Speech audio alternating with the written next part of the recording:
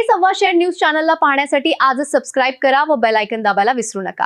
नवीन video पाहण्यासाठी आजच आमच्या चॅनलला फॉलो करा। तसेच शासकीय आरोग्य यंत्रणेतील अनास्था आणि ढिसाळ कारभारामुळे मरणानंतरही एका मृतदेहाची कमालीची ससे होलपट झाल्याचा संतापजनक प्रकार समोर आलाय।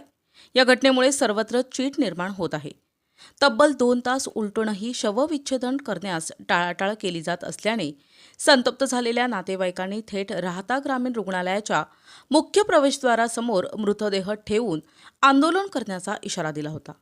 नातेवाईकांनी दिलेल्या माहितीनुसार कोपरगाव जवळील कोकमठाण येथील रहिवासी असलेल्या अविनाश नामदेव बागुल यांना काल रात्री 12 वाजेच्या सुमारास अर्धांग वायूचा तीव्र झटका आला।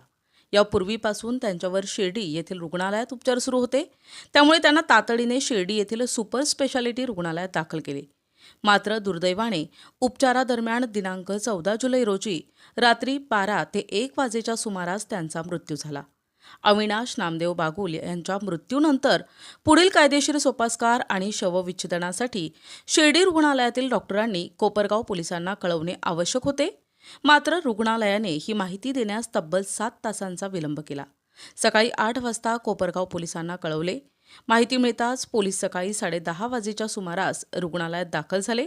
त्यानंतर त्यांनी शवविच्छेदनासाठी राहता ग्रामीण रुग्णालयात मृतदेह आणला। त्यानंतर कोपरगाव पोलिसांनी राहता ग्रामीण रुग्णालयात शवविच्छेदनासाठी मृतदेह आणावा का अशी विचारणा येथील कर्मचाऱ्यांकडे केली। येथील कर्मचारी आणि डॉक्टरांनी मृतदेह घेऊन या, आम्ही शवविच्छेदन करू असे सांगितले। त्यानुसार नातेवाईकांनी मृतदेह राहता ग्रामीण रुग्णालयात आणला। मृतदेह ग्रामीण रुग्णालयात आणून 2 तास उलटले तरी अद्याप कोणीही शवविच्छेदनाची प्रक्रिया सुरू केलेली नाही। रुग्णालयातील कर्मचारी आणि उपस्थित लोक इथे शिर्डीच्या केसेसचे शवविच्छेदन होत नाही असे सांगत नातेवाईकांना उडवाउडवीची उत्तरे दिली। गेल्या 2 तासांपासून मृतदेह तसाच पडून आहे। जर इथे शिर्डीच्या केसेसचे शवविच्छेदन केले जात नसेल तर तसे आम्हाला लेखी स्वरूपात द्यावे। गेल्या 4 वर्षातील रेकॉर्ड तपासून दाखवावे अशी मागणी मृताच्या नातेवाईकांनी केली होती। आधी आम्हाला शिर्डीहून राहता रुग्णालयात पाठविले, आता राहता रुग्णालय प्रशासन कोपरगावला जाण्यास सांगत आहे। एका मृतदेहाला घेऊन आम्ही किती ठिकाणी फिरायचे? जर वरिष्ठ अधिकाऱ्यांनी आम्हाला तातडीने लेखी उत्तर दिले नाही तर आम्ही हा मृतदेह शासकीय रुग्णालयाच्या गेटसमोर ठेवून तीव्र आंदोलन करू असा इशारा संतप्त नातेवाईकांनी दिला होता। मात्र गेल्या 2 तासानंतर नातेवाईकांनी आरडाओरडा केल्यानंतर ग्रामीण रुग्णालयातील कर्मचाऱ्यांनी मृतदेहाला शवविच्छेदनासाठी घेतले। जर इथे प्रत्येक वेळेस रुग्णांना संघर्ष करावा लागत असेल तर रुग्णांनी जायचे कुठे? याकडे जिल्हा चिकित्सक या घटनेची दखल घेतील काय कारवाई करणार का किंवा प्रत्येकाला हा त्रास सहन करावा लागेल का?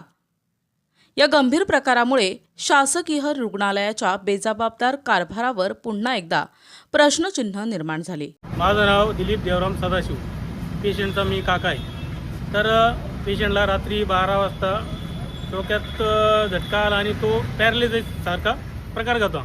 तर यापूर्वीसुद्धा त्याची ट्रीटमेंट शिर्डीलाच चालू होती। तर मग तिथून परत त्याला त्या बाहेर गावून आणला आणि शिर्डीत ॲडमिट केला।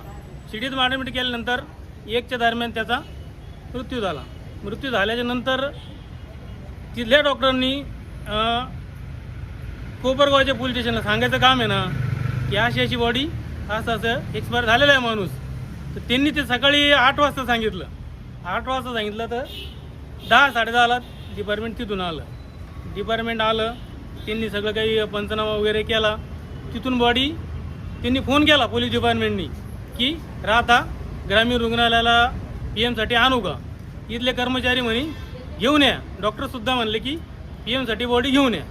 इथे PM साठी बॉडी आणली, 2 तास झाले तरी बॉडीला कोणी पाहायना सुद्धा आणि सगळे म्हणून राहिले की बाबा PM करतच नाही।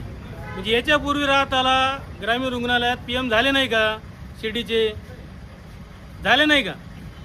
झाले नसन तर तसं आम्हाला यांनी 4 वर्षापूर्वीचं रेकॉर्ड द्यावं की शिर्डीचे हॉस्पिटलचे PM आम्ही राहता ग्रामीण रुग्णालयात अजिबात केलेले नाही। आणि आत्ता जर हे PM नसन करायचं यांना तर वरिष्ठ अधिकाऱ्यांनी आम्हाला पत्र आणि लेखी द्यावं की बाबा आम्ही हे PM करत नाही, नाही तर अन्यथा ही बॉडी आम्ही गेट समोर ठेवून देणार आहे।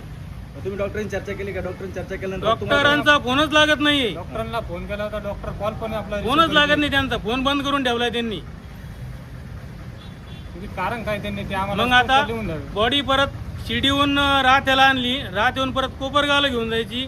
कोपरगावचे ग्रामीण रुग्णालय म्हणणार आमच्याकडे त्याचं काही लेखी नाही, तुम्हाला तालुका कोणता येतो, म्हणजे तेच बेचेपाडे करत बसायचे. पेशंट कोपरगावचं आहे.